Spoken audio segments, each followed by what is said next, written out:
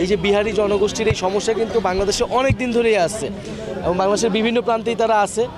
আমরা জাতীয় নাগরিক পার্টির পক্ষ থেকে তাদেরকে এটাই বলেছি যে জাতীয় নাগরিক পার্টি আসলে নাগরিকের মর্যাদা, অধিকার এবং দায়িত্বের জন্য কাজ করে। ফলে ভাষা আমাদের উর্দু হোক, বাংলা হোক, চাকমা হোক, আমাদের সবার পরিচয় আমরা নাগরিক এবং আমরা বাংলাদেশের নাগরিক। ফলে বাংলাদেশ রাষ্ট্রের যে সুযোগ সুবিধা এটা সুষম বন্টন করতে হবে, সমতা লাগবে এবং এর নামই হচ্ছে বৈষম্য বিরোধী আন্দোলন।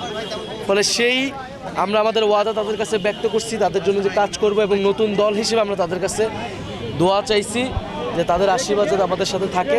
এইভাবে বাংলাদেশের যে প্রান্তিক জনগোষ্ঠী যারা রয়েছে, যারা নির্যাতনের শিকার বা যারা সুযোগ সুবিধা পায় না, কেন্দ্রের যে সুযোগ সুবিধা, আমরা তাদের সাথে থাকতে চাই, তাদের জন্যই রাজনীতি করতে চাই। আমরা করেছি কিন্তু আমরা কোনো ব্যবস্থা দেখতে পাই না। প্রশাসনকে বলবো আরও কঠোর হতে এবং তরুণদের যারা আন্দোলনে অংশগ্রহণ করেছিল, নেতৃত্বদের যদি এই নিরাপত্তাও পরিস্থিতি হয়, তারা যারা আন্দোলন করছে শহীদ পরিবার, তাদের নিরাপত্তা কে দেখবে? সাধারণ মানুষের নিরাপত্তা কে দেখবে?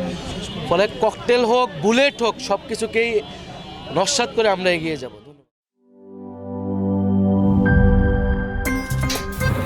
আমার একটা স্মার্ট সিদ্ধান্তে 25% গ্যাসের খরচ কমেছে। ভাবছেন কিভাবে?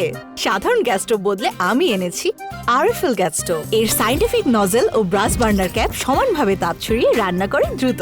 তাই গ্যাসও বাঁচায় 25%, টাকাও বাঁচে 25%। আরএফএল গ্যাস স্টোভ, নিরাপদ ও গ্যাস সাশ্রয়ী।